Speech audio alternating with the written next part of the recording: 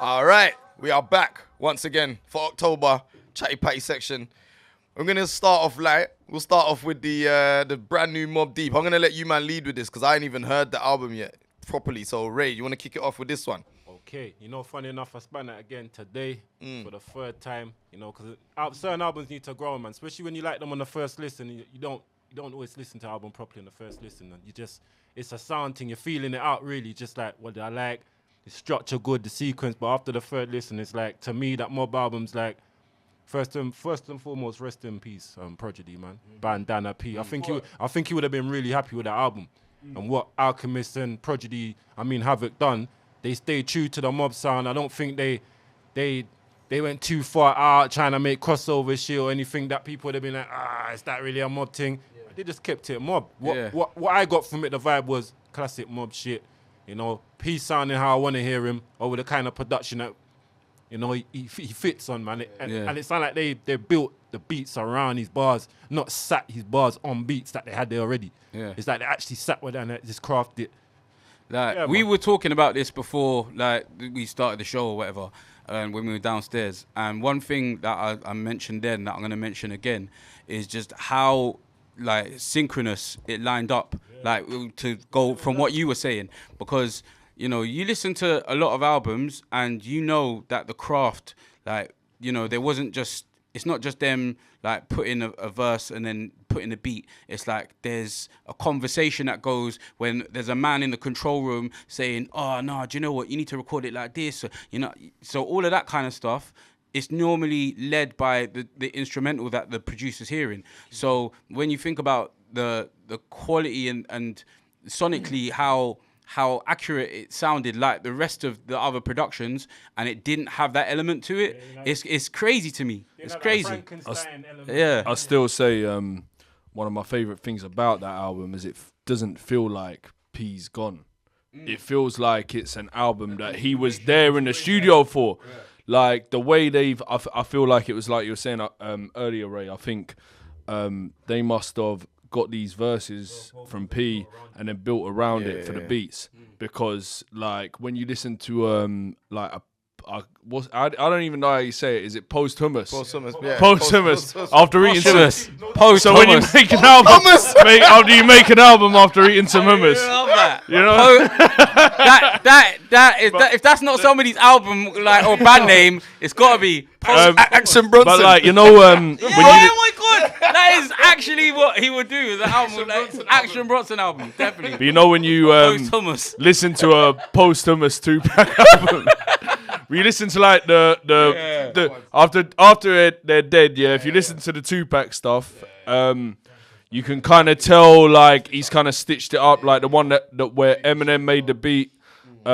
He's obviously just like got a beat and done it. By Go that on. point with Puck, that's a good thing you brought that up. By that point with Puck and the Posthumous albums, I think the first two were material he would already record is still alive, so Johnny C's producer could nice that up and fix that, but I think after that they start stitching. I found this, Then it starts sounding silly, man. Yeah, man. I mean, I know after reading Prodigy's biography, actually I didn't read it. Do you know what I did? I listened to the audio book with P reading it. That's sick.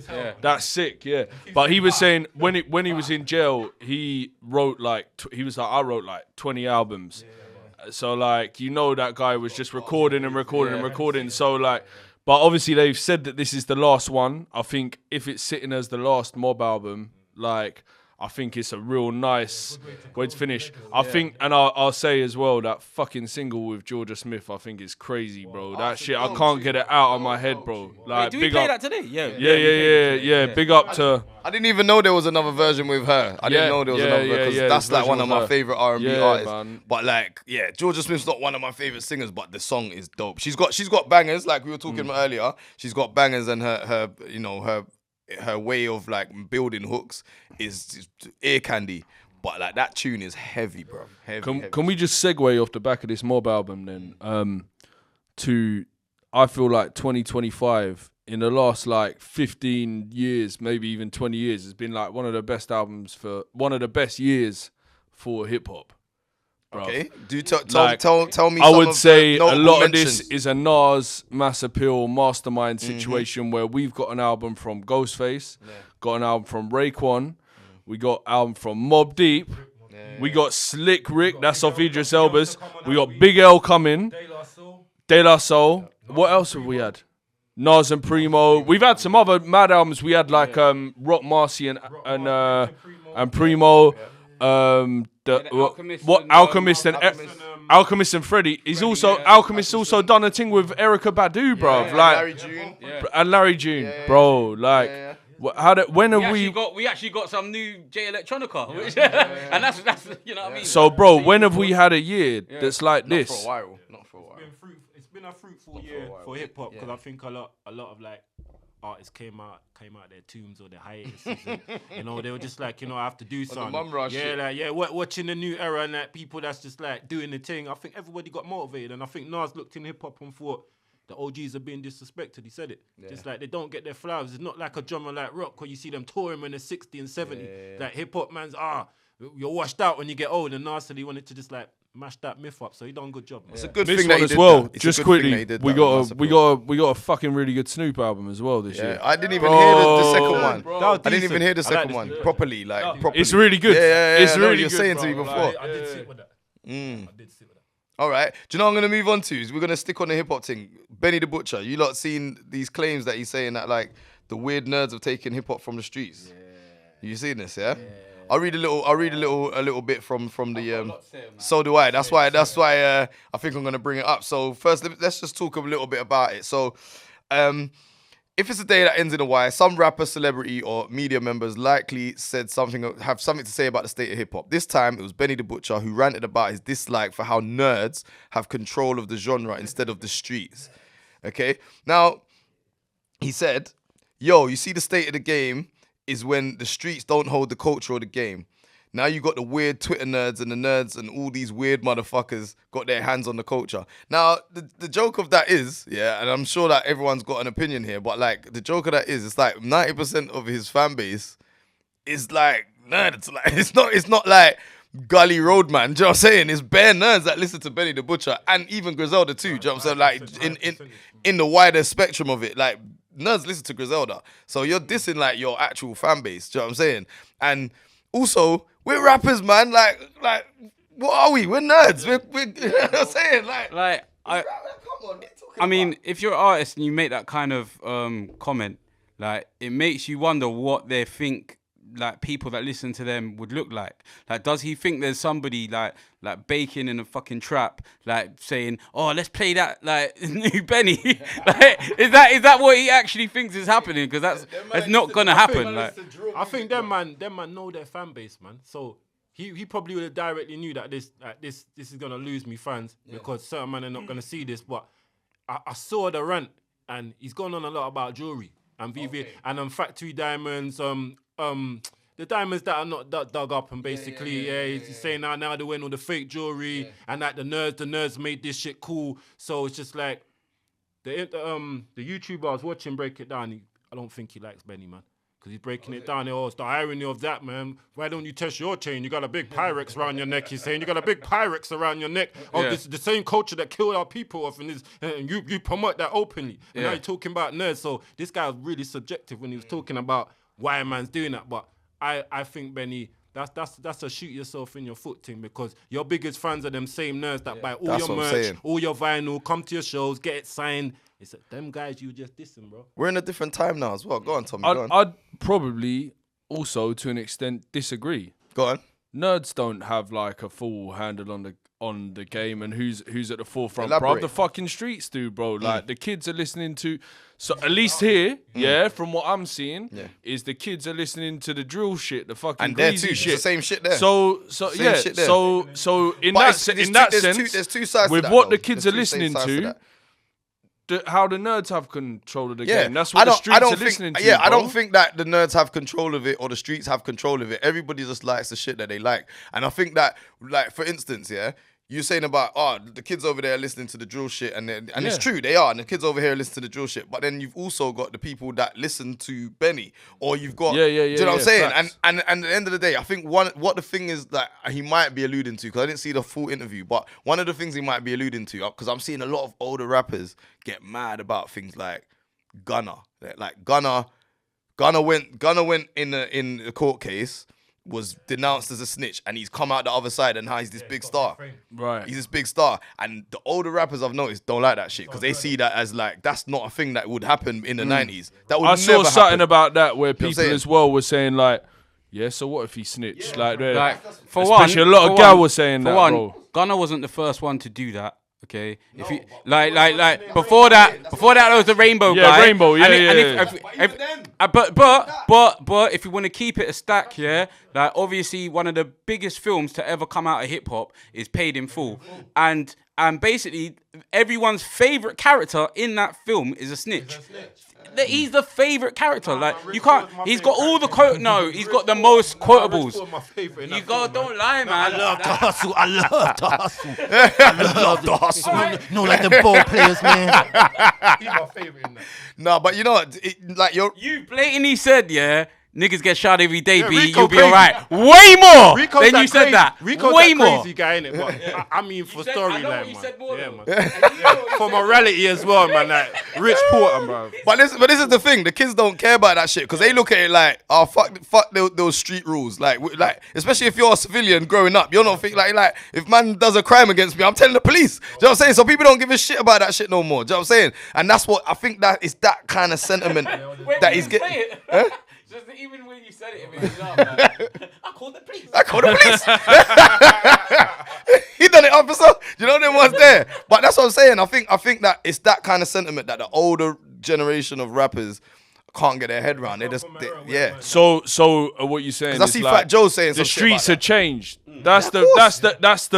That's the argument here. I just it's think, not that the rap game's changed. Yeah. It's that the streets have changed. No, I think, do you know what I think it is? I think it's like the streets don't dictate the rest of the culture anymore. It's especially with like dumb shit. Okay. So like they understand, like people understand if you're a road you and you're a goon doing goon shit, don't tell on each other because you're all doing that shit. But if you're a civilian and someone does a crime against you, then wait, like you know what I'm saying? And I think most people that listen to music are civilians. Do you know what I'm saying? So they're gonna be like, well, so what if Gunna fucking snitched? I don't care. I listen to his music. I don't care about what I'm not in his gang. Do you know what I'm saying? So they're looking at it like that.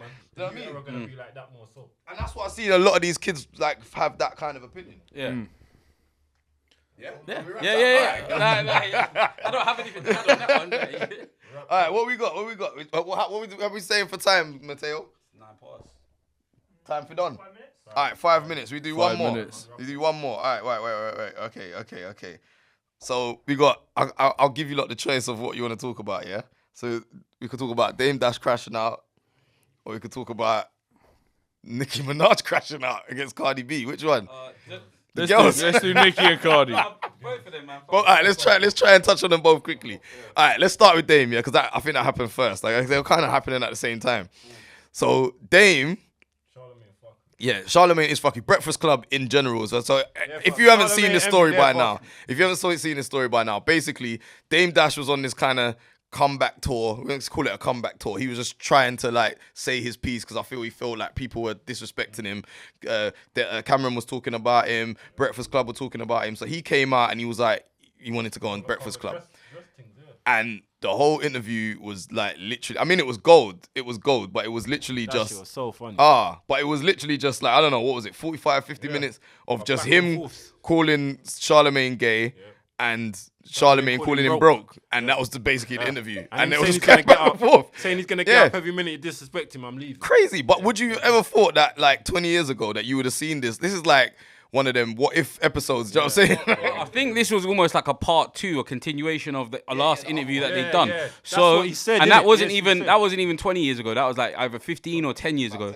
Like so, to continue on from that, like, I think they just turned it up a notch. And I think like it was a power play by both of them, because they probably said, I don't like you, but like this is good for business. You know it's gonna generate. This is good for business.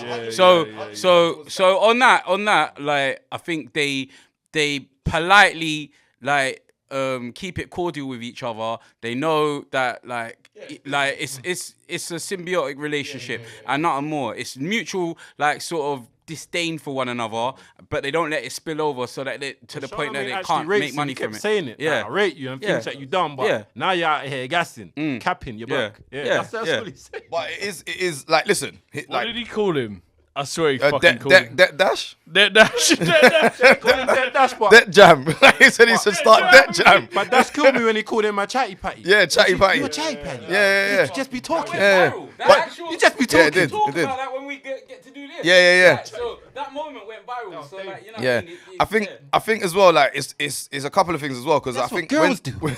when Dame Dash, the first time that he went on the Breakfast Club, or maybe it wasn't the first time, but the last time when it went viral, it wasn't obvious that he was in the kind of troubles that he's in now. He was still Dame Dash, like, do you know what I'm saying? His teeth didn't drop out. You weren't seeing all them kind of crazy shit, all that crazy shit happening. Now, let's just preface this by saying, yeah, obviously, Dame Dash's version of being broke and like our version of being broke it's not the same thing. Do you know what I'm saying? It's clearly not the same thing.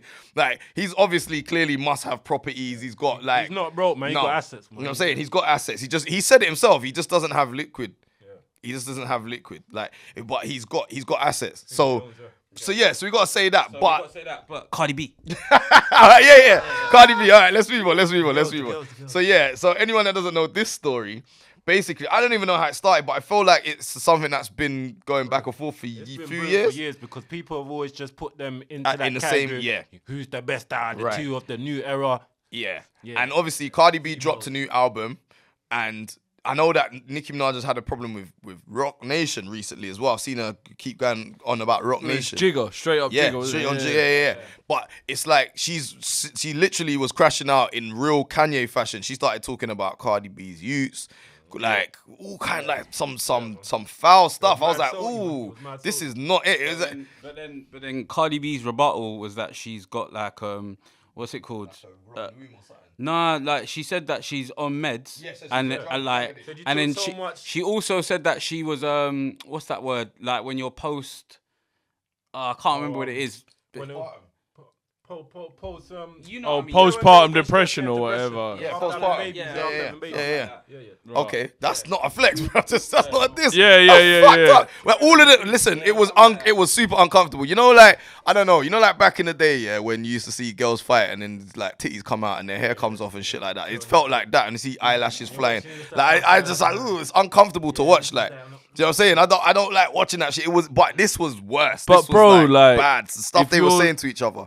Who's a better rapper out of Cardi B and Nicki Minaj? Nicki's better. Yeah, Nicki's better, straight up. Nicki's better. So who's but spinning? You know what? I like Cardi. Like Cardi can spit. Yeah. I like But Cardi. she's got that kind of like speech impediment as well. So it's like that. You know, there's you know. I'm not gonna lie, yeah. I prefer as an artist. I actually prefer like. She sounds like Billy Cardi. Ho's girlfriend in Buck. I actually prefer as an artist. Cardi sounds like Billy Ho's girlfriend, man. Yeah. Sounds like Rosie Perez in Yeah, she does. She does.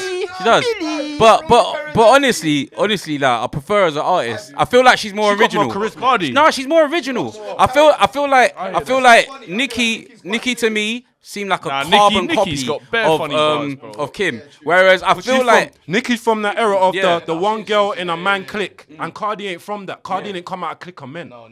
Nicki did, Eve did, Foxy did, Kim did, came out cliques of men. I know, and a lot of people hate on Cardi, but I think like her character cracks me up, bro. I bust up every time I see her on an interview. I can watch the whole interview. She was on Joe and Jada twerking with her batty out, pregnant. Do you know what? She drove me nuts for a while, and it's hard not to like her actually now. Do you know what I mean? Like, it's actually hard not to like her. She is very funny.